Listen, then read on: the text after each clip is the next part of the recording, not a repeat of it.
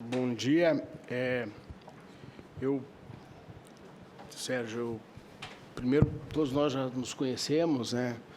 Estamos sempre nos encontrando.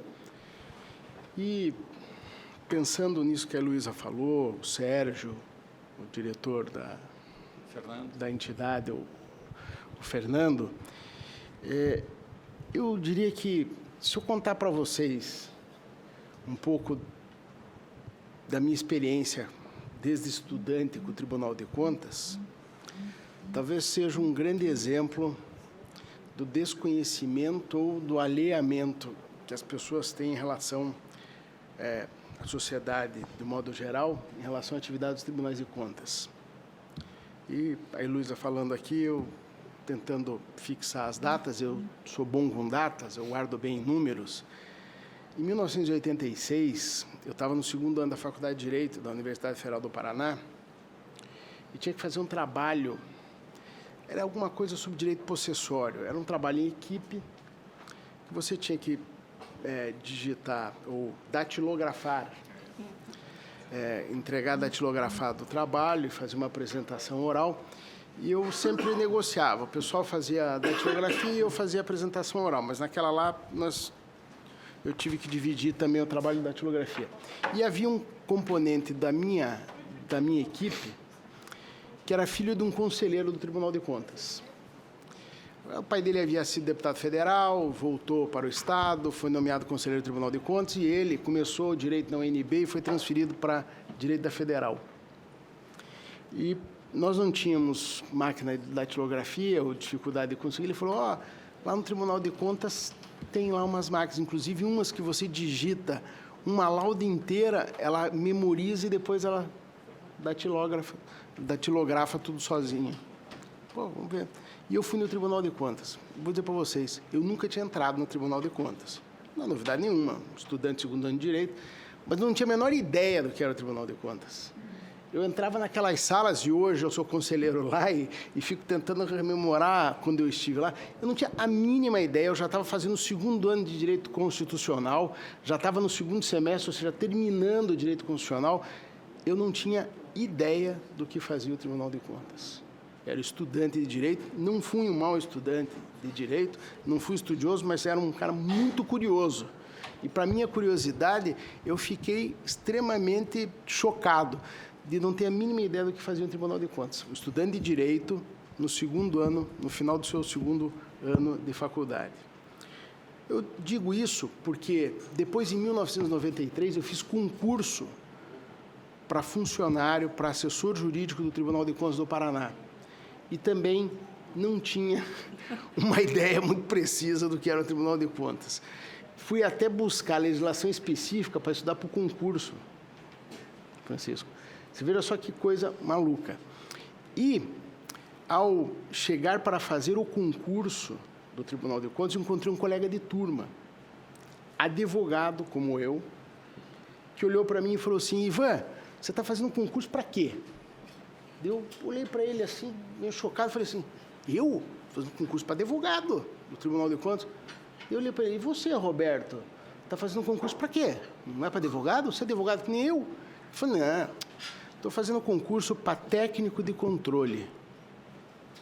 Eu falei, não, mas técnico de controle não é uma habilitação aqui para pessoas que têm só o nível secundário, segundo grau de ensino? Ele falou, é. Eu falei, por que você não faz para advogado, pô? Você é advogado, formado comigo? Eu falei, não, eu faço concurso para técnico de controle, depois lá tem ascensão funcional.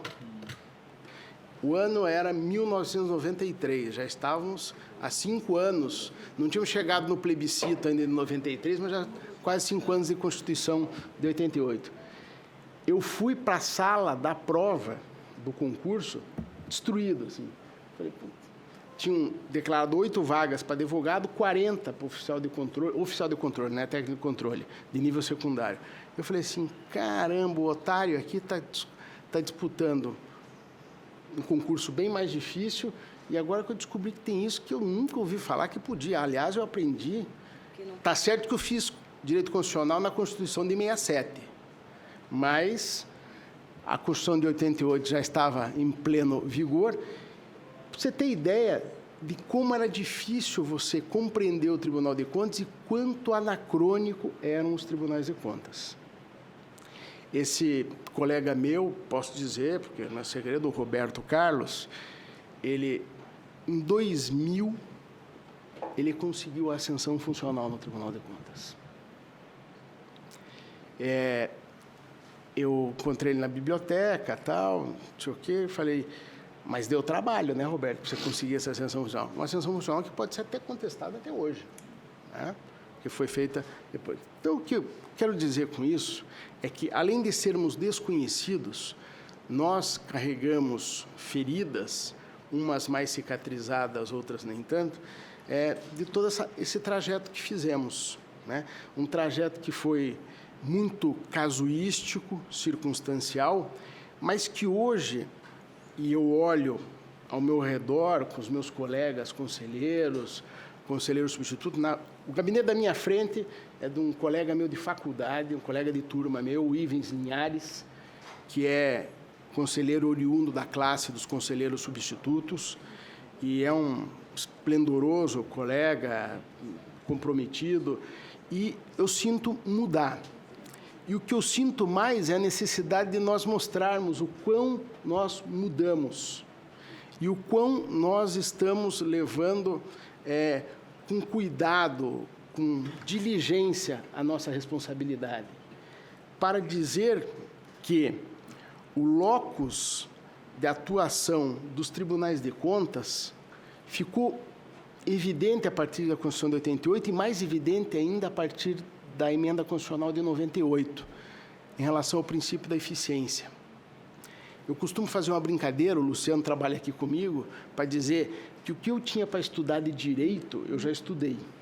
O que eu tenho que estudar hoje são outras áreas da gestão pública, até estatística, ou principalmente estatística. Porque não tenho dúvida nenhuma que os tribunais de contas têm como região do seu domínio, diria até com exagero absoluto, a aferição da eficiência da administração pública, a possibilidade e a responsabilidade de dizer, de dar o veredito a respeito da correção e da validade e da otimização da aplicação dos recursos públicos. Por isso, Heloísa, que nós temos entre as nossas principais campanhas, nossos principais institutos que cuidamos dentro do IRB, a rede Indicom, que é uma rede de informações a respeito da eficiência dos índices de gestão pública, quer nos municípios, quer nos estados. Aqui está o cerne, a medula de atuação dos tribunais de contas, de poder, em última instância, dizer se determinado recurso público, se determinada atividade de gestão foi proveitosa para a administração pública e, portanto, merece apoio, merece aprovação ou não, ou merece reprovação. E orientar também o administrador. Porque o que nós tínhamos, quando entrei no tribunal em 93, era uma tentativa do Tribunal de Contas de concorrer, entre aspas, com o Poder Judiciário, analisando legalidade, confrontação sobre os aspectos da rigidez jurídica de determinado ato de gestão. Isso não é importante para nós, ou não é o mais importante. Isso tem o Judiciário, que sempre diz isso em última instância. O Judiciário quer de nós a certeza das nossas avaliações técnicas. Quer de nós a palavra final a respeito da eficiência da administração. E aí, o respeito que o Judiciário dará isso, eu não tenho dúvida nenhuma, é total. Então, a partir do momento que nós nos dedicarmos nesse compartimento, nós seremos os aferidores mestres da administração pública. Então, esse é um aspecto que eu gostaria de trazer aqui, que eu acho que é importante para a nossa divulgação.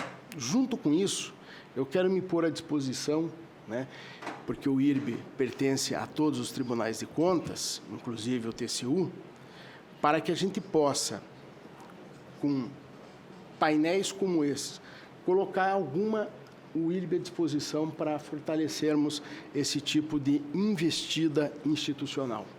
Né? Obrigado.